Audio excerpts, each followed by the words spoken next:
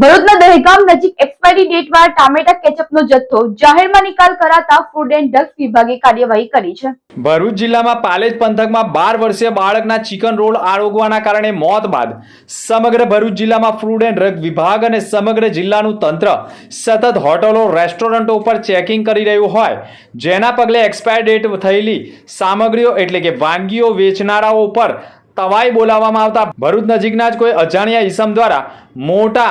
Mall ચલાવતા લોકો દ્વારા ભરૂચના દહેગામ નજીક એક્સપ્રેસ વે બ્રિજની પાસે જ રોડ ઉપર ખુલ્લી જગ્યામાં વર્ષ 2023-24ના એક્સપાયર ડેટ થયેલા હાલમાં જ રાત્રિ દરમિયાન કોઈ નિકાલ કરી ગયું હોય તેવા અહેવાલો સામે આવતા એક્સપાયર ડેટ થયેલા ટામેટા કેચઅપના બાટલાઓ કોઈ વ્યક્તિઓ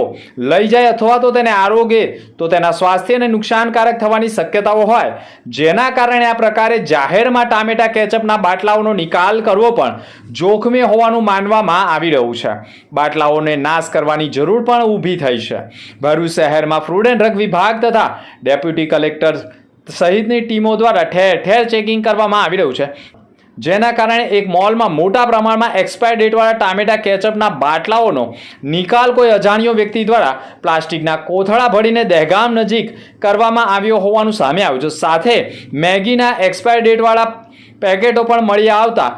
લોકોમાં પણ સવાલ ઊભા થઈ ગયા છે। જોકે આ બાબતે ફૂડ એન્ડ ડ્રગ વિભાગને પણ જાણ કરવામાં આવતા તેઓએ આ બાબતે તપાસ શરૂ કરી છે।